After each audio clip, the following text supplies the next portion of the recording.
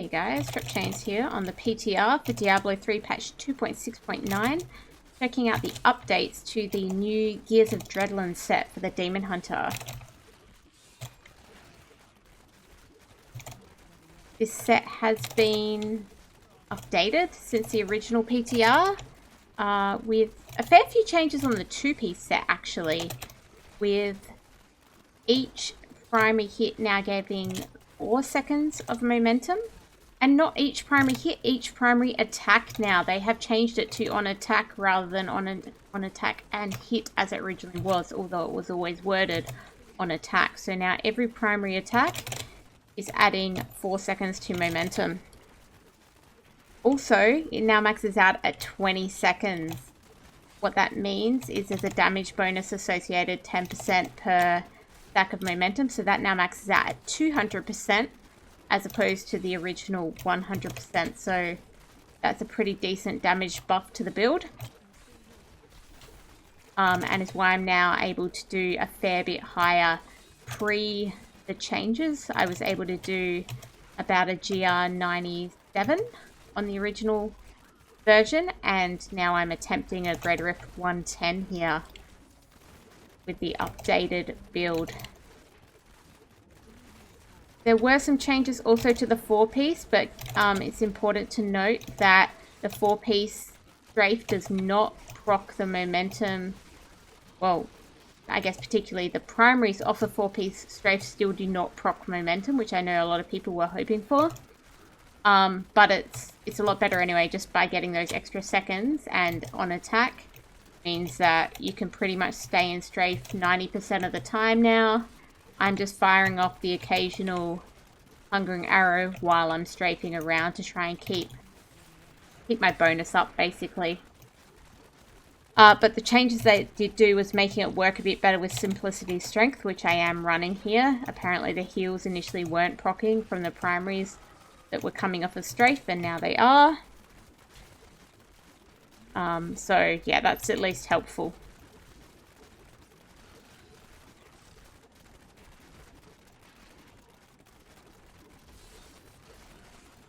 A crash here. Either way, it's a lot better. You can certainly see that I can now stand straight most of the time. I have changed my build up a little bit to put some more hatred regen in there so that I can do this. If I just ran my previous build now like this, I'd actually run out of hatred by trying to stay in strafe this much, but I've made some changes to hatred to make this viable. But I'll go through the build at the end. It's certainly much closer, I think, to what everybody wanted. It also has a new buff icon, which is really handy. So the buff icon is here on the bar. The little foot with wings and the purple background. So that's really handy for being able to see pretty constantly where your buff is, because as long as you keep resetting it and it doesn't run out, it's kind of going to sit there. Because a lot of the other buffs reset. It's next to the seasonal buff as well, which is staying all the way there on the left. The seasonal buff for season 21 has been adjusted slightly. You still have the 5 random things proccing, which are the poison meteors, which is super strong now. The twisters, the firewall, the Orlash lightning breath, and the snowball. But they're proccing every 90 seconds now instead of every 2 minutes as they originally were. And there's been some adjustments to some of them. For example, the poison meteors that I said are really strong. They actually like target the mobs now. So that makes them even stronger. The snowball and the firewall, they will go like from where you are in the direction you're facing at the time. So if you happen to be on a build where that's easy to line up, you can get that bonus proccing nicely for you. I've got a couple of elites here apparently near my Condi. I just want to see if there's any more, because the more I can get with the Condi, the better. I can bring these wasps down. I am really pushing it here, I feel, with this GR 110 for my Paragon and gear. My gear's pretty reasonable, but I don't have any augments. I'm on 973 Paragon. overall my sheet deeps, at least right this second, is around 1.7 mil. Not sure if that's buffed by anything in particular. It possibly is buffed by a few things. I'll have to check it in town later. So, yeah, this is definitely a push, but the build is now really good. You can see here I am able to stay in Strafe most of the time. I feel it's going really, really well at Torment 16 as well, which is where I can imagine myself using it on live. So that makes me pretty happy that I'll be able to key farm on this or do bounties on this build if I want to do. It's pretty smooth, particularly in like annoying maps. I was playing it in like Torment 16 Spaghetti, and it was just like, yeah, you know, I can just kind of move my mouse around and cruise when I want. None of this bolt stuff that can be quite painful on a map like Spaghetti. So I think I'm going to enjoy this build if they don't make further changes to weaken it again. Playing on Torment 16 for my key farming and bounty runs. I've got a couple of elites here. I've also just got a shield pylon.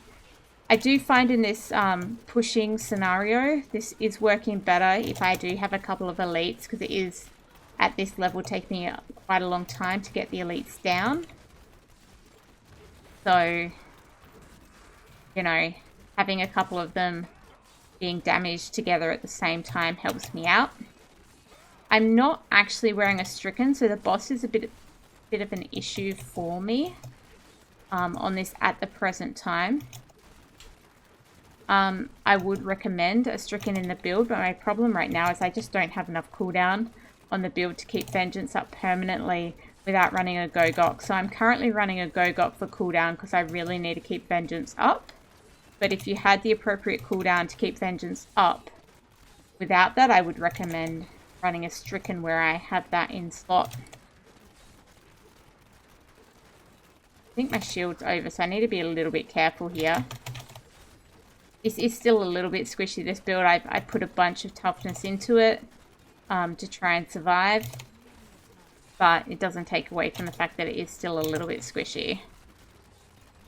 Particularly when I'm just going over and over the same ground with elites. You can see here they are both eventually going down there. Okay. Kill a little bit of this trash. It's not really the best trash, unfortunately.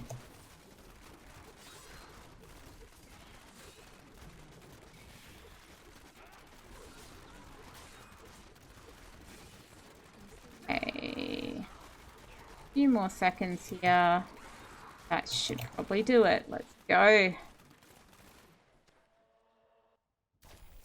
Okay. On another level like this, you can just quickly like throw out a few hungerings just to make sure your little momentum buff is at max. And it's great to actually not have to worry about whether you're hitting something. Obviously hitting something is still helpful for damage on that thing, but yeah, this is kind of nice. Not have to have that, particularly I think, you know, if you were running this with someone else, you're running in a party and they're killing most of the stuff and you can't hit anything, therefore you can't get your momentum, therefore you can't move very quickly, etc, etc.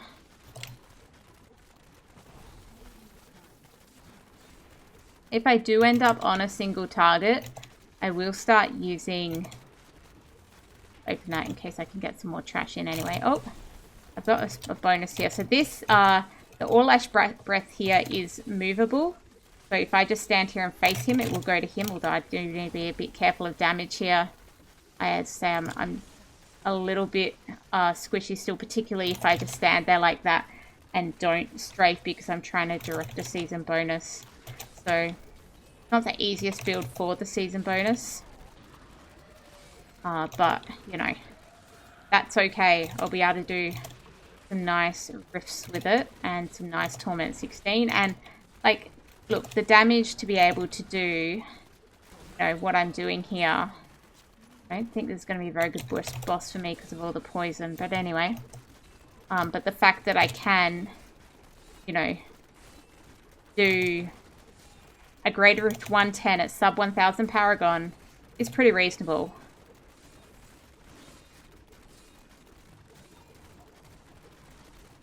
Hopefully if I can keep him moving, I might be okay. I need to get my stacks back up there real quick. Even if I have to get my stacks back up, it's just a couple of shots. Yeah, I am coming up to where my season buff is going to proc, and it matters more to me on the boss here. So I'm going to have to try and stop strafing real soon and just throw some arrows at him facing him. I hope that my season bonus, if it procs, will... Okay, they go randomly anyway. If it was the fireballs or the firewall, I would have needed to be doing that. So that was the purpose of me just standing there for a few seconds, just in case I got the fireball. Firewall, sorry, the firewall or the snowball, which I didn't. That's okay. Oh, a little bit careful. There's a lot of poison. Keep remembering to throw out a hungering arrow. A little bit careful where I'm moving. I am not going to try and get to that Oki because it's just a bit of a stand out of the poison thing here for me. But you see here, he's taking some pretty good damage. I think he's going to go down. Don't need to wait for the next season bonus. Go down before that. So this Gears of Dreadlands significantly improved with the changes that have been made, as again, specifically the extension to the time of momentum to 4 seconds here is really critical, and the maximum duration of 20 seconds. So the 2-piece step changes, they're the big ones, right? So that's what's allowing me to keep up close to that 20-second buff most of the time while staying in Strafe. Keep in mind the 4-piece is not proccing the 2-piece. I'm throwing out hungering arrows every few seconds to try and keep that up, but I just have to like throw 1 arrow every few seconds. So that's working pretty well. Other changes they made, a little bit of clarity on the 4-piece set bonus rather than just, you know, you're gaining speed. It gives you a specific amount, 8% for each second of momentum. So that's just a like clarification thing. Okay, I'll quickly level my gems, and then I'll go through my overall gear. So you can see here the gems I was using. Bane of the Trapped with it ranked 91. So I'm doing a 110 with a 91 Bane of the Trapped, a 61 Simplicity Strength, and a level 30 Gogok Swiftness. As I said, I think long term I'd be preferring to use Bane of the Stricken because the boss does take a while, depending obviously on the season bonuses that you get if you're playing on season. But I just don't have the cooldown at the moment to reliably run that. I need the cooldown from the Gogok for me personally right now based on my gear. Okay, so a quick look at the gear and skills that I am running here. So I'm running 6 pieces of Gears of Dreadlands here. Helm, I've just got Dexterity, Vitality, and Critical Hit Chance on that. Shoulders, Dexterity, Vitality, Resistal, and Cooldown. Gloves, running Dexterity, Attack Speed, Crit Hit Damage, Crit Hit Chance. Chest, I'm running Dexterity, Vitality, Resist All. Pants, I'm running Dexterity, Resist All, Hungering Arrow Damage. And boots, I'm running Dexterity, Vitality, Resist All, and Armor. That's my main set. I'm also running Bastions of Will with this because I am firing out that Hungering Arrow every few seconds. If it hits something, it will proc. If it doesn't, then it won't proc these. But that's okay. It's still worthwhile, I think. These are non-ancient because I've just grabbed them recently, so they're not the best. On my restraint there, you can see critical hit damage, critical hit chance, and area damage. And on my focus, critical hit damage, critical hit chance, and some cooldown on that. But as I say, I still don't have enough cooldown where I feel comfortable on this build to drop my Gogok yet. Other supporting legendaries running Hunter's Wrath. So that's Dexterity, Vitality, Resistal, and Hungering Arrow Damage. Importantly there, my secondary stat there is max at 200%. So running this where the damage is really coming from the primary skills, which in my case is Hungering Arrow, but it could be any primary skill on this build. Strafe isn't really doing my damage, it's all about the primary skills, so that's a very important stat there. I'm running Rats of Clarity. So I am running a cold version of my primary skill. So that's why I've got the cold skill damage there on my Raps of Clarity. Dexterity, Vitality, and Crit Hit Chance. My orange stat there is at 49. So up at the upper end, it goes up to 50. I'm wearing a Hellfire. Now, I tried a few different things for the amulet, but I think the Hellfire is working all right for me. On that, I've got cold skill damage, crit hit chance, and area damage. I would prefer some crit hit damage instead of that area damage, but I've only managed to get a few Hellfires on the PTR, so this was one that was actually workable. So I've got the ambush passive on that, where I'm doing extra damage to mobs in the first 25% of their health. Running Dawn as my weapon. So the rolls on this are okay. They could be a bit higher, but they're alright. So I've got a damage roll there, dexterity and attack speed, with an orange stat of 63%. The closer to 65, the better. The cooldown for Vengeance is really critical. And the 9th series Satchel. Now this isn't that well rolled, to be honest. So I've got Dex, Fit, Attack Speed, Regen Life, and Critical Hit Chance. And only 550 on my secondary, and it goes up to 600. And I would really like some cooldown on that instead of the Regen Life. A higher attack speed, you know, stuff like that would make that a lot better. So I should probably be rolling for a new quiver soon. It's not very impressive, this one, but just goes to show what this is able to do now. You will note there that I do have a bunch of ancient pieces and some primal pieces because it's PTR and it's easier to get gear than standard, but none of it is augmented, right?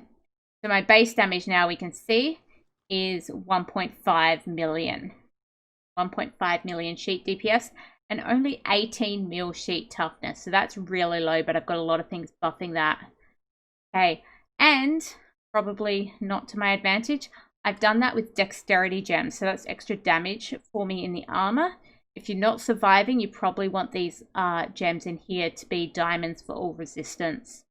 Other normal gems I do have cooldown in the helm. As I say, critical, I need to build mine up higher. And critical hit damage in the weapon there. Legendary gems I already mentioned briefly, but Gogok of Swiftness primarily for that cooldown there. So that's at rank 30. Simplicity, Strength for the primary skill damage and getting heals off the primary skills as well, which is really important to help you stay alive. Mine's at rank 61. And Bane of the Trapped for the increased damage against enemies under control impairing effects, which you can see there is ranked 95 there, but was ranked 91 in that run. In my cube, I've got Fortress Ballista. This is one of the things keeping me alive. So I get this Absorb Shield for 3% of my max life, up to 30%, like with 10 stacks. That's helping me stay alive. Depth Diggers for the primary skill damage. As I've said, my primary skill, in this case, my Hungering Arrow is doing all the damage on that, so that's a huge damage boost. And Elusive Ring to help keep me alive. Every time I hit my smoke screen, I'm getting that damage reduction. Paragon, I'm at Paragon 975 here, so sub 1000 Paragon.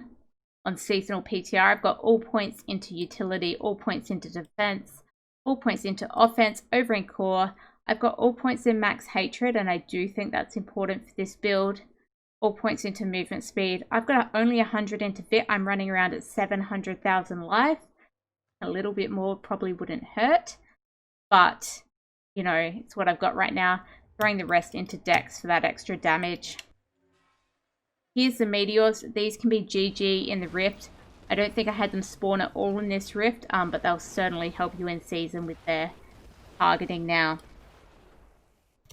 Okay, quick look at my skill screen. I am running Companion Wolf Companion, which is kind of nice. So I'm getting that extra bit of damage when I remember to hit it. That's a big win. I probably haven't been remembering that much. I find it a little bit harder to use there on my left click, but I needed to get my Hungry Arrow off the left click, so that's why it's there. Strafe, I'm running Drifting Shadow. I like to move. What can I say? Hungering Arrow, Devouring Arrow. This is your main damage, or whatever primary you choose here is your main damage. So I'm running the Cold Rune on that, and I like this. I like Devouring Arrow particularly because it's got the consecutive pierces increasing the damage of the arrow, so I feel that's beneficial. Okay. Banner knives, bladed armor, so that's for some survivability, and I'm hitting that kind of whenever I can. Smokescreen, vanishing powder. I'm using vanishing powder because I was having some issues with discipline, even though this is really my only discipline skill. When I was running, I think, lingering fog or something, I was having a couple of discipline issues. So when I put on elusive ring, I wanted to ensure that I wasn't losing my elusive ring buff because I didn't have enough discipline. So I changed it to vanishing powder, and it seems to be working well with me just to be able to work with the elusive ring. Kind of the main reason I have it. And Vengeance Dark Heart. Dark Heart is the survivability, reducing all damage taken by 50%, so that's pretty critical for me. Running with passives, Thrill of the Hunt. So that's slowing stuff, so that's making it under CC, which is important. So Hatred Spenders, so that's anything I'm hitting with Strafe. So Strafe comes in handy for that. Cull the Weak, then increasing the damage against those slowed enemies, so they're working together. Awareness for a cheat death. And importantly, Night Stalker. So Night Stalker there, I'm getting extra hatred every time I fire off a hungering arrow, so that's really important to me to be able to keep up my Strafe. So that's where I'm pulling my extra hatred from in this build, from running Night Stalker. And I did mention I have Ambush on my Hellfire Amulet. Ambush is here, so 40% additional damage to enemies above 75% health. So when they're in their top quarter of their health, I'm doing a bunch of extra damage to them, so that's handy just as a damage buff. Okay, I think that covers it. Let's show the clothes. New Gears of Dreadlands set, Diablo 3, PTR 2.6.9 with, let's strafe our way over to Orlash, a Greater Rift, 110 down at sub 1000 Paragon. Thank you very much for watching, and GG.